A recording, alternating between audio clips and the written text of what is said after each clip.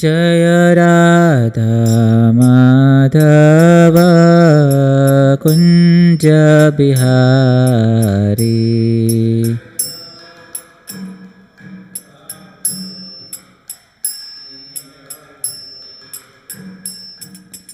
गोपीजनवल्लभ गिरिवरधारी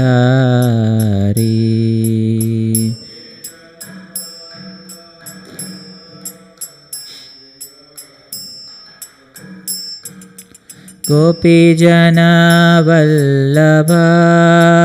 गिरिवरधारी गोपीजन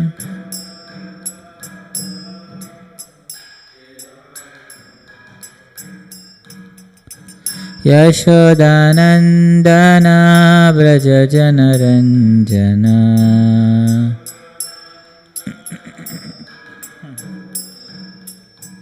यशोदानन्दन व्रज जनरञ्जन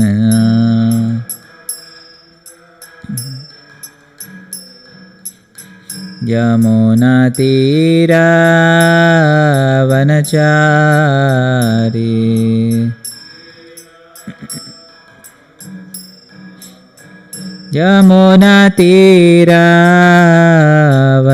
यमुनातीरावनचारी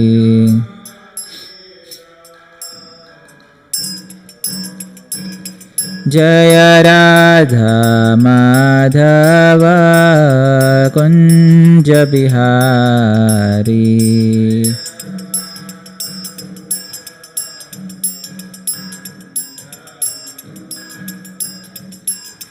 गोपीजनवल्लभ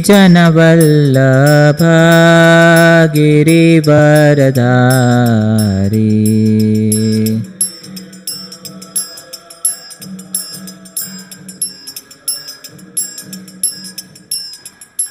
यशोदानन्दन व्रज जनरञ्जन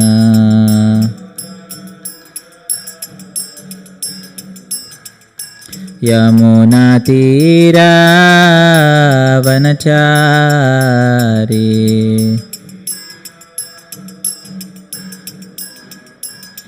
जय राधा माधव कुञ्ज बिहारी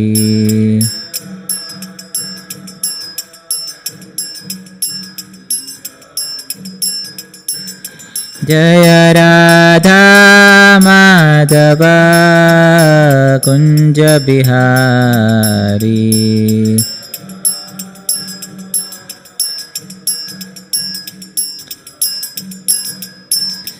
जय राधा माधव कुञ्ज बिहारी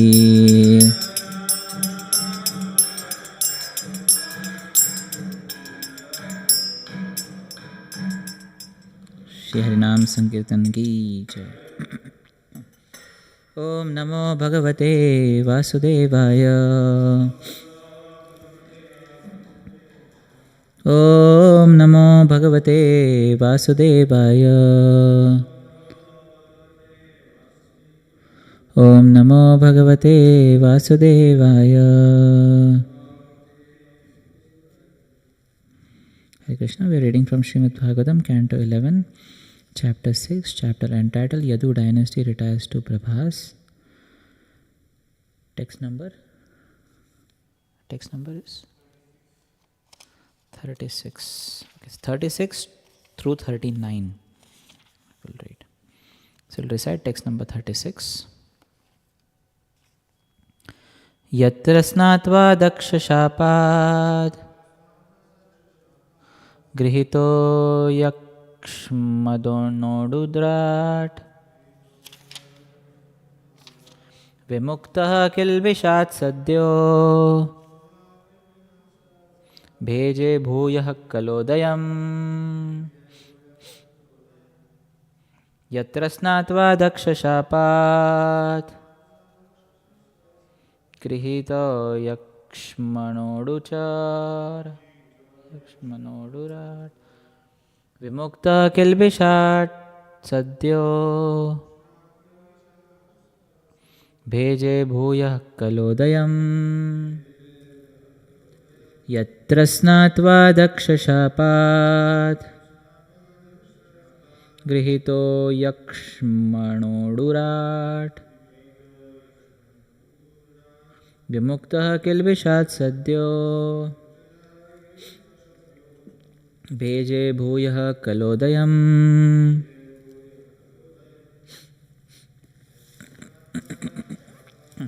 यत्र स्नात्वा दक्षशापात् गृहीतो यक्ष्मणोडुराट् तो किल्बिषो सद्यो भेजे भूयः कलोदयम्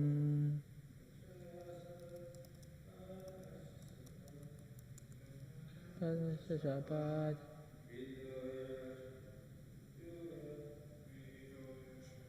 Virat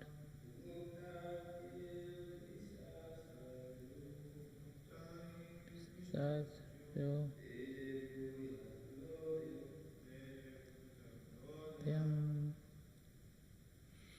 word for word meaning. Yatra, where? Snatva, taking bath. Daksha shapat, because of curse of Prajapati Daksha. Grihitaha, seized. Yakshmana, by consumptive lung disease. Udurat, the king of stars, the moon. Vimuktaha, freed. Kilbishat, from his sinful reaction. Sadhyaha, immediately. Bheje, he assumed. Bhuyo, once again. Kala, of his phases. Udayam, increasing. Translation by the disciples of His Divine Grace, Isi Bhaktivedanta Swami Srila Prabhupada ki Jai. Once the moon was afflicted with consumption because of the curse of Daksha, but just by taking bath at Prabhas Kshetra, the moon was immediately freed from his sinful reaction and again resumed the waxing of his phases. Text 37 and 38, translation.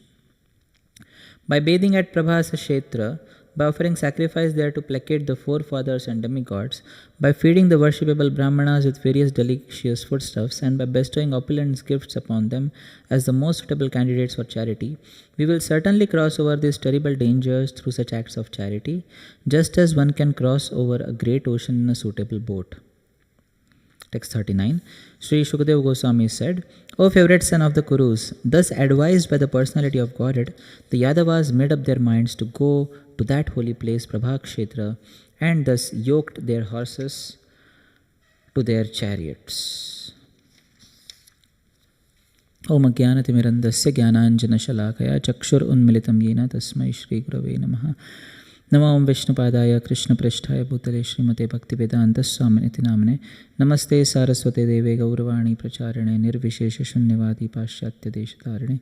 Jai Shri Krishna Chaitanya Prabhu Nityananda Shri Advaita Gadadhara Shri Vasadi Gaura Bhaktarunda. Hare Krishna Krishna Krishna Hare Hare. Hare Rama Rama Rama Hare Hare. So we are in the section of Srimad Bhagavatam wherein Krishna is winding up his pastimes and he wants to wind up his associates also. And that is what he is going to do. And in the later verses we will find how Krishna meets Uddhava and Uddhava understands what is happening.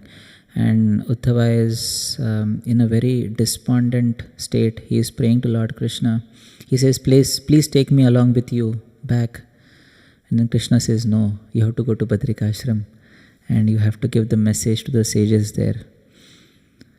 Interestingly, today is the disappearance of Madhvacharya, and this particular verse which we recited, the translation goes like this. Once the moon was afflicted with consumption because of the curse of Daksha, but just by taking bath at Prabhas Kshetra, the moon was immediately freed from his sinful reaction, again resumed the waxing of his phases. So, Madhvacharya's main place where he where he established the deity of Lord Krishna, and from where he preached all throughout India. That place is known as Udupi, and Udupa means moon, so the king of the moons. And actually moon had prayed to Lord Shiva also, and therefore we have Chandramoulishwar temple in Udupi. So this verse also is indirectly connected to Madhvacharya in one sense. And going ahead, when Uddhava goes to Badrik Ashram, we find that Madhvacharya also went to Badrik Ashram to meet Vedvyas. So in this particular series of verses, actually we find how Krishna is advising his Yadu dynasty that we have already got a curse now and we have to go to Prabhas. So generally when any such kind of thing happens, obviously it is not related to the associates of the Supreme Personality of Godhead.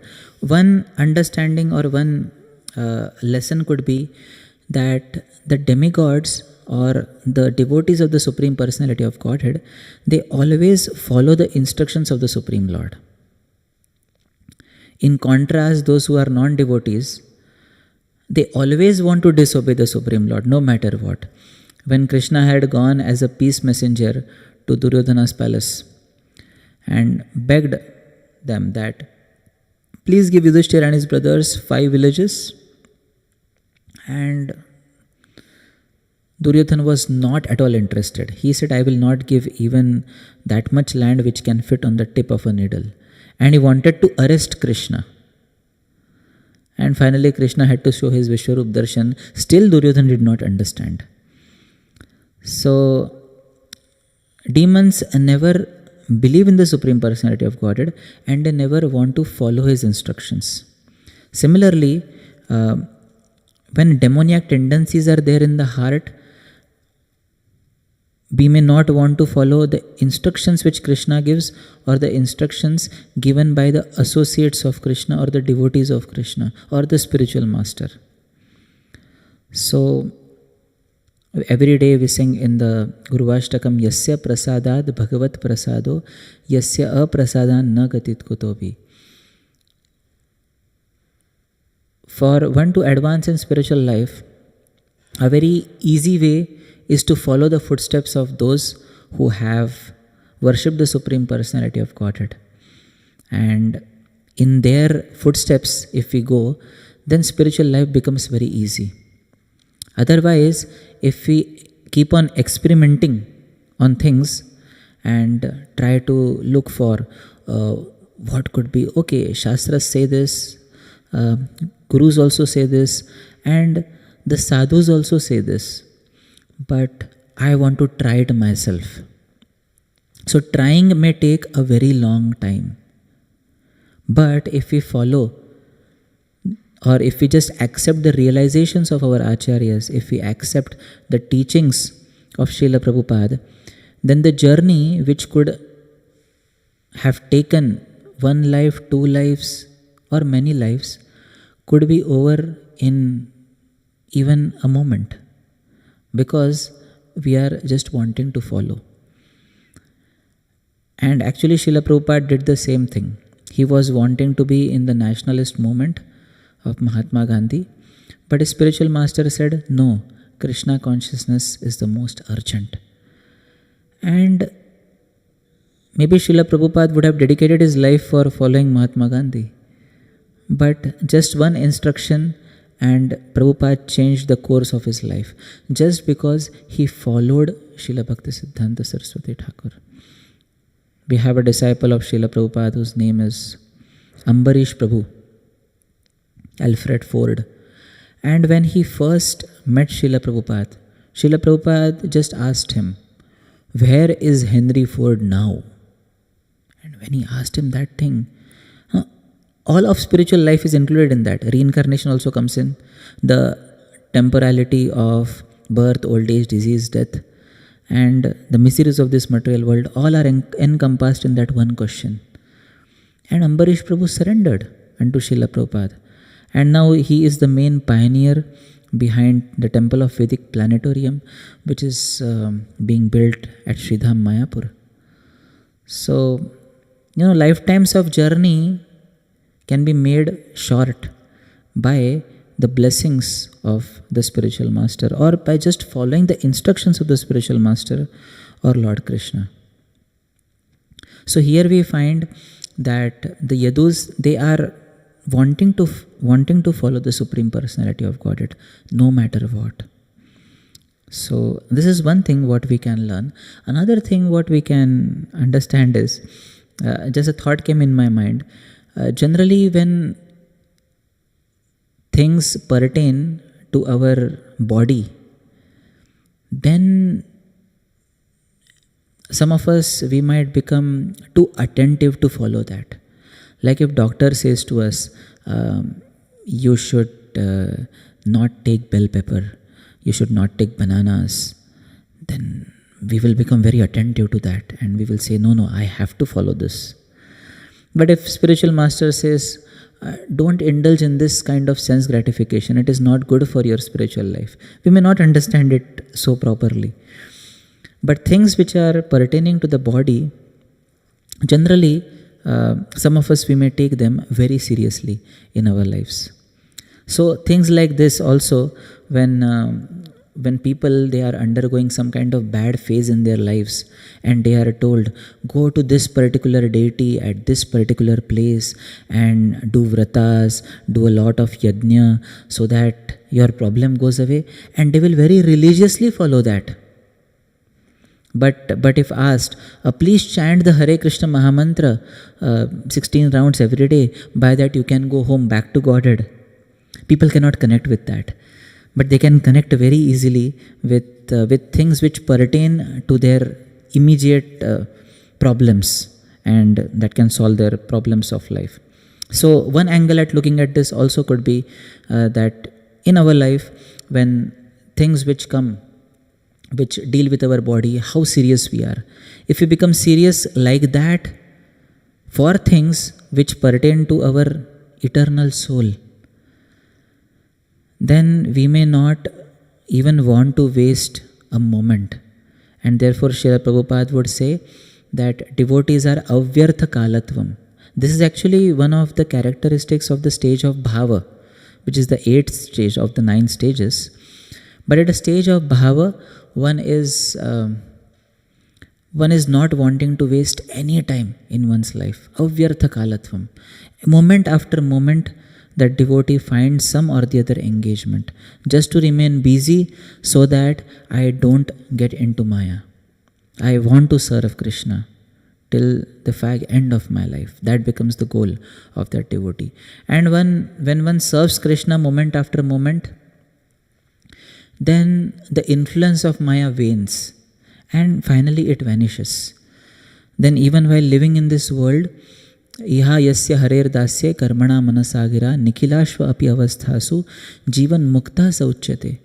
The devotee becomes liberated even while being in this world itself. So this is the beauty of following the instructions of Krishna and of the devotees of Krishna.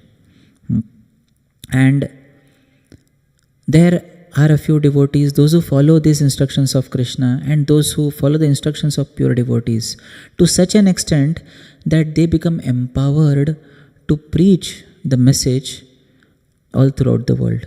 Or they become empowered to establish conclusive truths about God's nature, about the soul's nature, and about the entire spiritual life.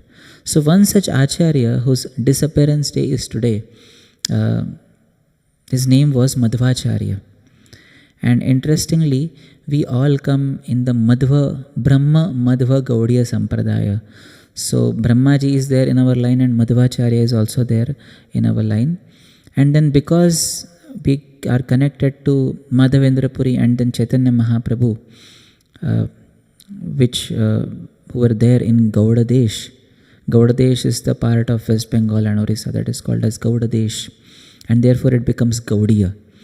Another meaning of Gaudiya is the word Gauri. It refers to Srimati Radharani. So those who are followers of the Supreme Gauri or followers of Srimati Radharani, they are called as Gaudiyas. So in this way we come in the line of Brahma Madhva Gaudiya Sampradaya. And Madhvacharya was a very prominent Acharya who came in the Madhva Sampradaya. And he is known as the incarnation of Vayu, and sometimes, Bhima and Hanuman also, like that. So he was very powerful and very strongly built also. He came after Ramanujacharya, because there was a time when the Brahmanas, they were misleading and misinterpreting the Vedas and doing all kinds of sinful activities, giving Vedas as the reference. And therefore the Supreme Lord incarnated as Lord Buddha, and he dismantled everything. He said, no scriptures. And therefore Vedana Manila Buddha Hoilan Nastik. He gave a philosophy which is very close to atheism. He said, just discard the scriptures, nothing of it is there. And then Shankaracharya came, who was the incarnation of Lord Shiva, very empowered personality, and he brought the Vedas into the forefront. But because he had to bring the Vedas, he did some kind of word jugglery, and he said that when Lord descends, he descends taking the form of Maya. And that was not the right philosophy. But then Shankaracharya, he engulfed the whole of India with his philosophy. After Shankaracharya came, then in 1017 AD, we had Ramanujacharya come to this planet. And Shankaracharya gave Advaita philosophy. Advaita means the Lord and the Supreme, the Lord and the soul, both are equal. So he gave this Advaita philosophy. After that, Ramanujacharya came. He could not directly give a philosophy which will totally contradict Shankaracharya's philosophy. And therefore, he gave a philosophy which is called as Vishishta Advaitavad. So Vishishta Advaitavad means what? It is qualified oneness. So he would say that yes, one Brahman is there, but it is qualified. The same Brahman takes the form of God, men and animals, but all of them are separate. Yes, it is one, but still it is separate. And after that, after Ramanujacharya, Madhvacharya came. He appeared in, his birth is disputed somewhere between 1118 AD and 1238 AD. So that time he appeared. Ramanujacharya came 1017. So maybe after 100 or 200 years later, Madhvacharya came. And Madhvacharya gave the philosophy of Dvaita. And therefore, whenever we see any photos of Madhvacharya, it is like this. He was very clear that the soul can never be equal to the Supreme Personality of Godhead. So therefore, soul is different and Supreme Lord is different. And when Chaitanya Mahaprabhu came, he gave the philosophy of Achintya Bheda Ved. Achintya Bheda Ved means simultaneous oneness and difference. And Mahaprabhu took two special things from each sampradaya. So from Madhva Sampradaya, the first thing what Mahaprabhu took was, he took Mayavad Khandan, how to defeat Mayavad. Because Madhvacharya, his main goal in life was to defeat Mayavad. And he wrote 100 verses, Mayavad Shatadushani. He wrote 100 verses defeating Mayavad also. In his life, Madhvacharya wrote around 37 works, which are quite prominent. And Madhvacharya's father was known as Madhyageha Bhatta. His mother was the name Vedavati. So they tried to have a child for many years, but they could not have any kid. So Madhyageha Bhatta decided that I will perform worship of Lord Ananteshwar, which is another deity, Lord Shiva deity there. So he performed daily worship at Ananteshwar temple for 12 years, walking 30 miles every day. And during a festival, the pujari, the head pujari who was there, he declared that Vayu, the wind god, would incarnate to deliver bhakti to the whole world. And Madhyageha Bhatta understood that this prophecy might be referring to his own son. And after the child was born, they gave him the name Vasudev. And all the family, they traveled to Ananteshwar temple to offer their son to the Lord. And on the way back, they were passing by the forest. So there was a ghost who was there. So this ghost would generally kill the newborns, but this particular child who could not kill. So this particular ghost, he bowed down to the child. He bowed down and said, "This child is a very great devotee of the Supreme Personality of Godhead." So the ghost also predicted that this is a very special child. And from his very childhood, Vasudeva or Madhvacharya, he was very stout and very strong. One time when his parents had gone out, his sister was there and he was feeling hungry. So his sister fed him horse gram, which is generally given to the bulls, to the bullock, and fed a lot of it. And Madhvacharya, Vasudeva, a small boy, he ate everything and still nothing happened to him. And the parents came back and they were shocked to find that this child has got such a great appetite and he could digest anything, because even a full grown bull could not eat that much he ate. And still nothing happened to him. One time, his parents could not find him anywhere. Since the morning they were searching till the evening. Then they found him they found him to be hanging on the tail of a bull. So whole day the bull was moving all through the village and Vasudeva was hanging to the tail of the bull and laughing and just enjoying being with that bull. One time when he was 3 years old, his father, who was a Brahmin, he was a landowner, but he had taken some loan from another person and he was not able to give it back. So this man was sitting outside and he was not going only. So Madhyagya Bhatta was not able to have his food also, because a guest is there and the guest is not eating also. You are not able to feed the guest and the guest is not going because he wants that money. And then Vasudeva asked, "Father, what happened? Why are you not eating?"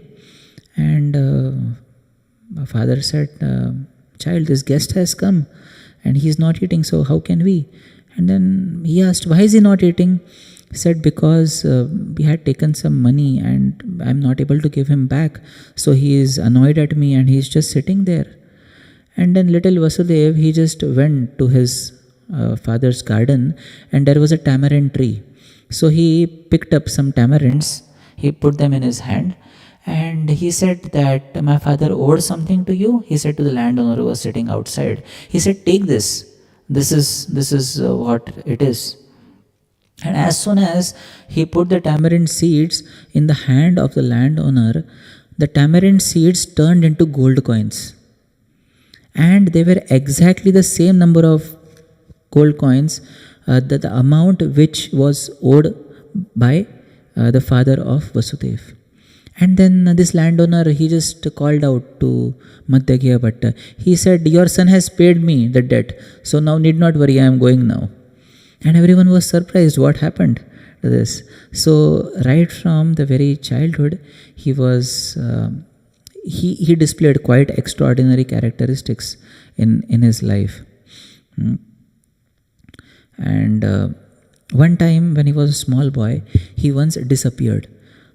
No one came to know where he was. And a sadhu from Udupi, he came to their place. So Madhvacharya was born at a place called as Pajaka Kshetra, which is around 1 hour from Udupi. A very beautiful place. Now also it is untouched by the modern consumerism. And if you go there, actually Udupi is called as Anna Brahma, right? And even if you go to Pajaka Kshetra today, the devotees there, they will feed you a huge feast, huge course, 20, 25, 30 items on a banana leaf. And they have traditional methods of serving. The Brahmanas there, they will only cook, they will only serve, and they will only do everything. A very beautiful place it is. So he was there at Pajaka Kshetra. And a sadhu from Udupi, he came and told to their parents that I saw your child doing puja at several temples, and he was just moving from one temple to another like that. And then his father asked, "How did you go there?" And then Madhvacharya said, "I was not alone. Vishnu was there with me. I went along with Vishnu." So he was always in perfect consciousness of the Supreme Personality of Godhead. generally the thread ceremony which is there for Brahmanas, it is performed when the boy is about 8 years old. But Vasudeva was so profoundly knowledgeable in his scriptural teachings that his ceremony was performed only at the age of 5, because he was highly advanced even at the age of 5. And one time when he was 5 years old, he was playing alone in a forest near to this Pajaka. So that time a very terrible demon by the name Maniman, he came there. He took the form of a serpent and he just pounced himself in front of Vasudeva and raising its sharp fangs. But Vasudeva, he effortlessly subdued the serpent and then crushed its head under his toe and killed that serpent. So those people who were seeing this, they were totally astounded that what this little child has done. And the parents are worried, where is our child? They were crying, Vasudeva, Vasudeva, Vasudeva, where are you, where are you? And when Vasudeva heard that his mother is calling, he just took one great leap, and by that one leap he reached to his home directly. And it is also said that when he was a bit grown up, he would go to 4 different places to perform his Gayatri. 4 different places at 4 corners of India to perform his Gayatri. And his mother became worried, why do you go so far? And then he said, okay. So he invited all the 4 places at his home only. And now also till date, there is a kunda, there is a pond there where the water of all these 4 kundas is present. And it is said if you take this water, it is as good as bathing in all the 4 holy tirthas, like that. One time when he was studying, so what happened is his teacher's son, he suffered from a very great headache and fever, and it appeared that he will leave his body now, and that the teacher was very much heartbroken. So Vasudeva saw that, and what Vasudeva did was he just blew in the air, in the ears of that particular child, and as soon as he blew, the child became normal. Because there might have been some Vayu imbalance, some air imbalance, and Madhvacharya is the incarnation of Vayu, or wind god. We are also staying in windy city, so because of the influence of Madhvacharya, he got totally cured. At the age of 8, Vasudeva decided to take sannyas. Age of 8. But his parents, they became totally worried. They said, no, you cannot do this, you cannot do this. You don't have our permission. But then a few years later, his mother gave birth to another child, and he said, I am leaving now. His mother said, no, I cannot give you permission. He said, okay, if you don't give me permission, I will run away and you will never see my face again. And then mother thought that better will be I give him permission and I will be able to at least see him a few times rather than not seeing him at all. So finally his mother gave permission, and at the age of 12, Madhvacharya took sannyas. So he took initiation from Achyuta Preksha. And Achyuta Preksha was a sannyasi who believed in Advaitavad, but then Madhvacharya, he converted him into Dvaitavad by his influence, and he was given the name as Purna Prajna Tirtha. And Achyuta Preksha became so fond of his disciple that he said he will lead our matha in the coming days. So he made him as the successor and gave him the name as Ananda Tirtha also. And then finally he was also given the name Madhva, because Madhu means honey and Madhva means the bringer of honey. So he would extract honey like commentaries, and he would from the scriptures, and therefore he was given this particular name, and that's how Madhvacharya, he became very influential in his time.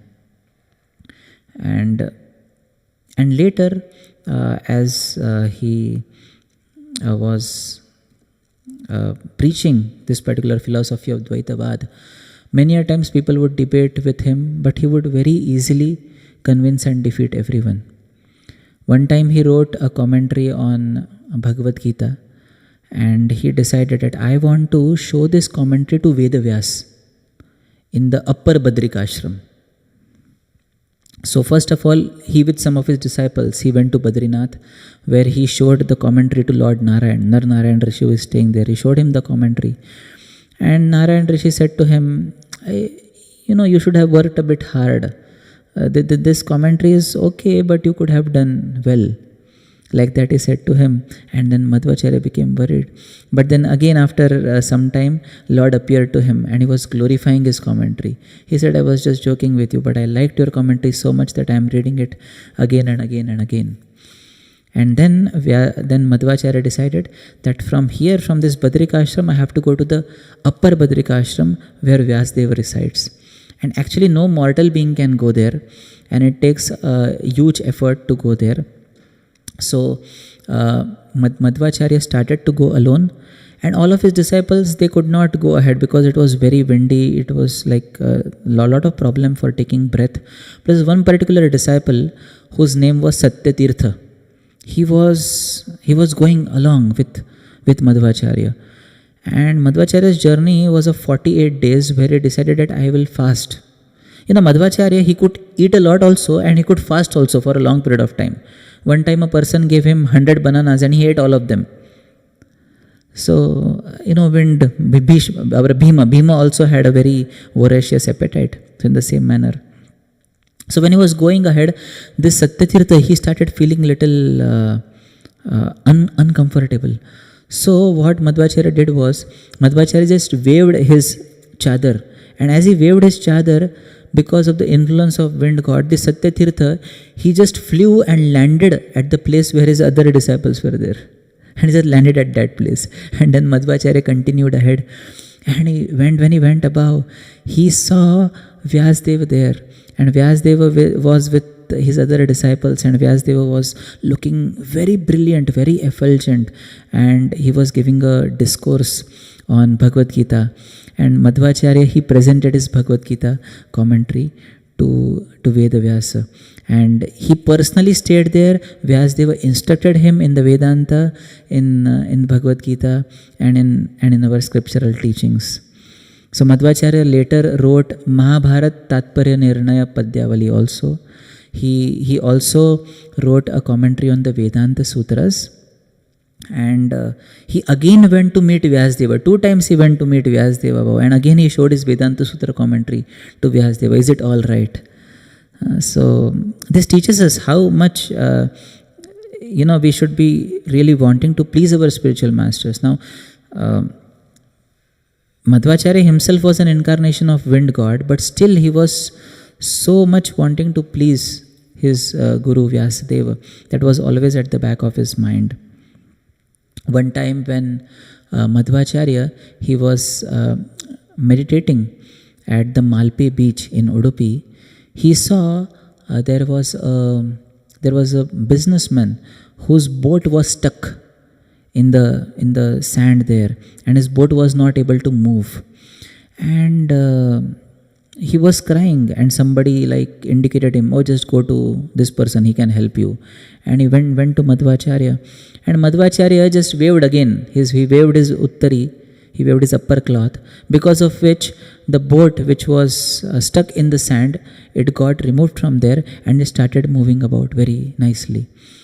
And the person, he became so overwhelmed with gratitude for Madhvacharya. He said, please allow me to serve you, give me something. And those times what would happen was, now Madhvacharya didn't need anything, but those times when they were carrying something in ship, they would want to balance the weight of the ship.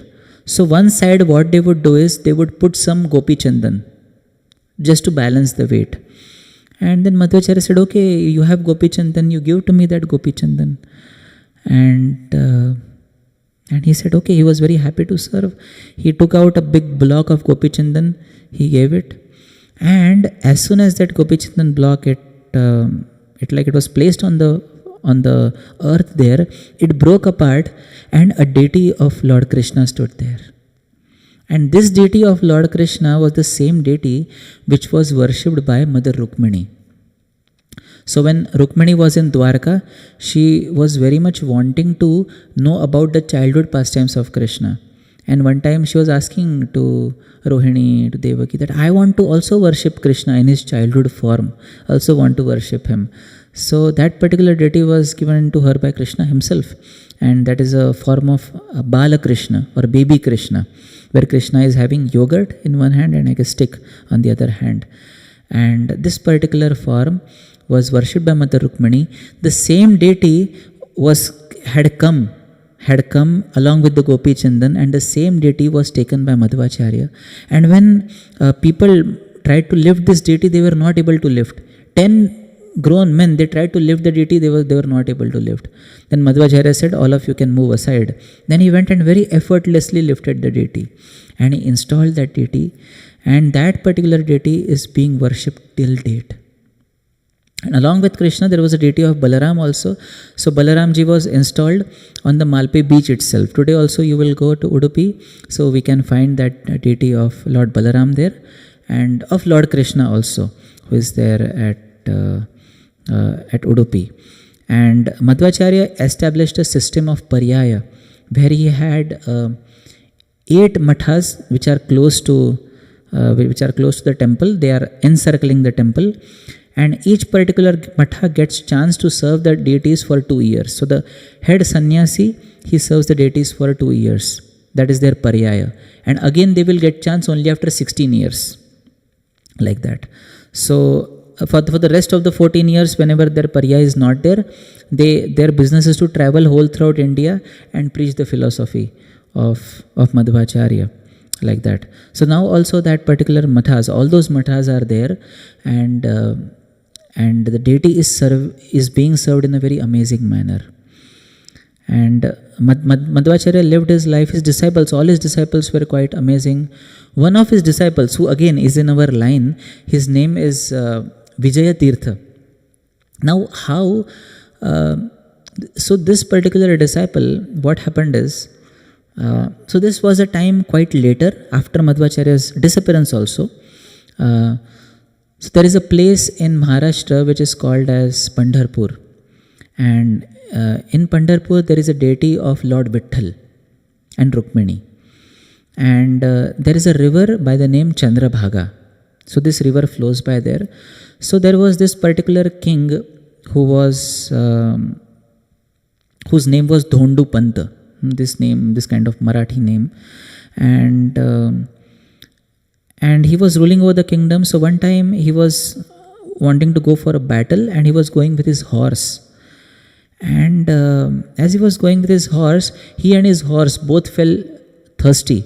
So they just took a detour and went into the river, and the horse was also going, and this king also, he was drinking the water just by bending down and trying to gulp down the water from the river.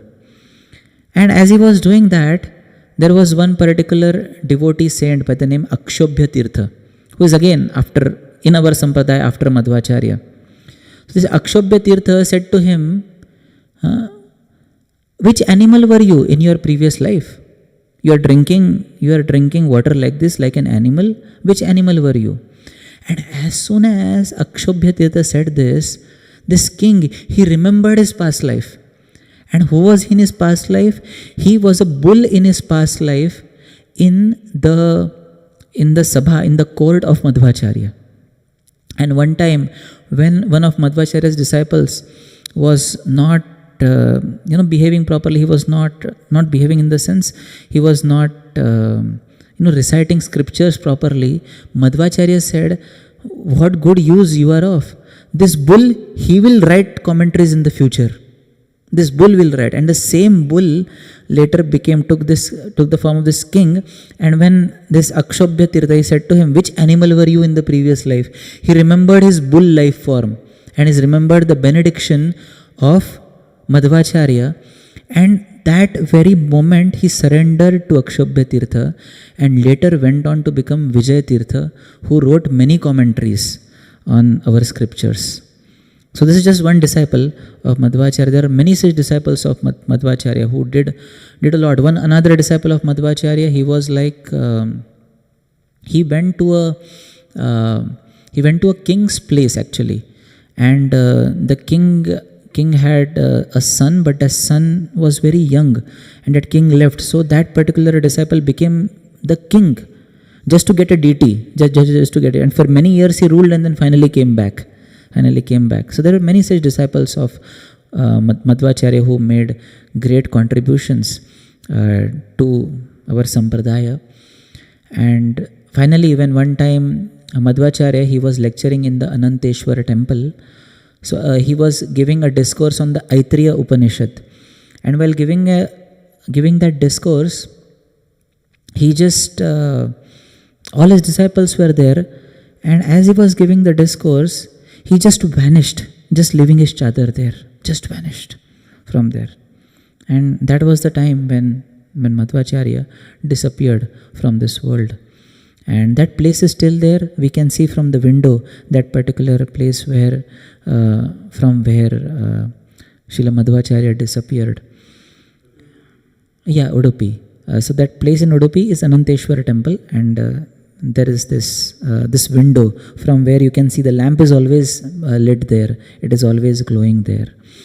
And Madhvacharya lived a life of 79 years, and whole life in servitude of God.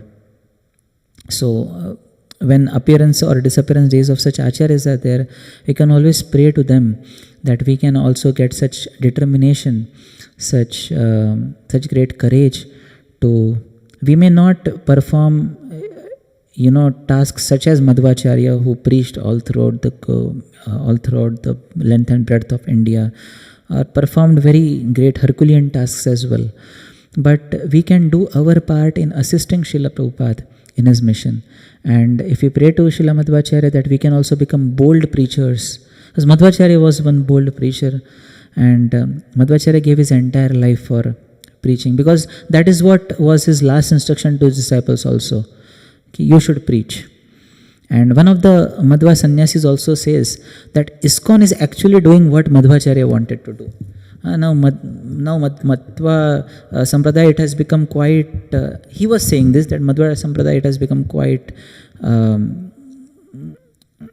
lame in the sense that we are not going out and preaching, but ISKCON is doing that. And I was very appreciative of ISKCON that you are actually following the teachings of Madhvacharya, and you are actually giving him pleasure by serving the mission, by taking the parampara ahead. So we can all pray to Madhvacharya that we can also serve in the best of our capacities, and we can also be absorbed like he was. Throughout his life, he was totally absorbed in this, and no other goal. Therefore, the sannyas mantra which one receives in ISKCON is mentioned in the 11th canto, 23rd chapter, text number 57.